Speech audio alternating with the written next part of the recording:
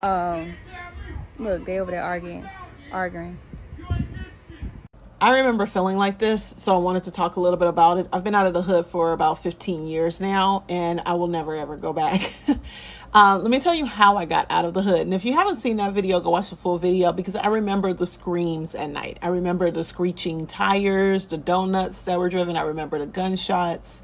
I remember a lot of that information, and my kids also remember some of it as well. But the number one thing that I wanted to talk about, particularly for this young gal and anyone else who may be in a environment that just feels like, you're tired of it, to be honest with you, and you just feel like there's always something happening, right? There's always something bad happening, is to remove yourself from it.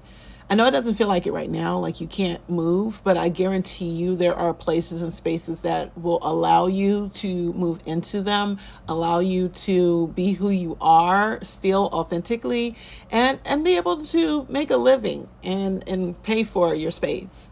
I thought it wasn't possible.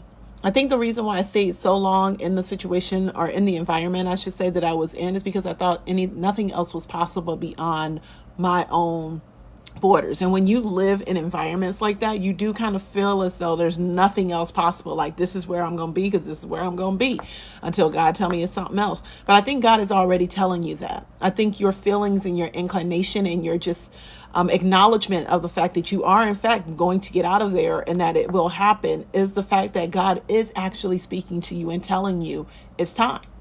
And you just have to start to take the action. So what I did is I went online, and now we have a lot more information than I even had. Right back in the day, I used to go get the For Rent magazine, and I looked in areas, and I actually drove to areas where I knew I could afford it, and I knew it was a better environment for myself and my kids and my family. And I would drive to those areas and get the For Rents in those areas. Now that we have online and we have the internet, you can literally go and find places that are in your price range that you can afford. Now, it may not be as cheap, but it will definitely be a different environment. And it is amazing how much your environment changes. I am in an suburban area where there is nothing but parks. I mean, you can't bend two different corners without seeing a park, without seeing a family walking down the street, and how that enhanced my mental health and my state of being. Right, I ended up becoming an entrepreneur in this environment. I ended up making way more money than I ever made in any job in this environment because I changed what I saw.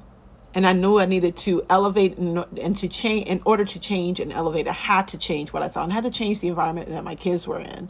That was ultimately the biggest and hugest importance for me, is that the environment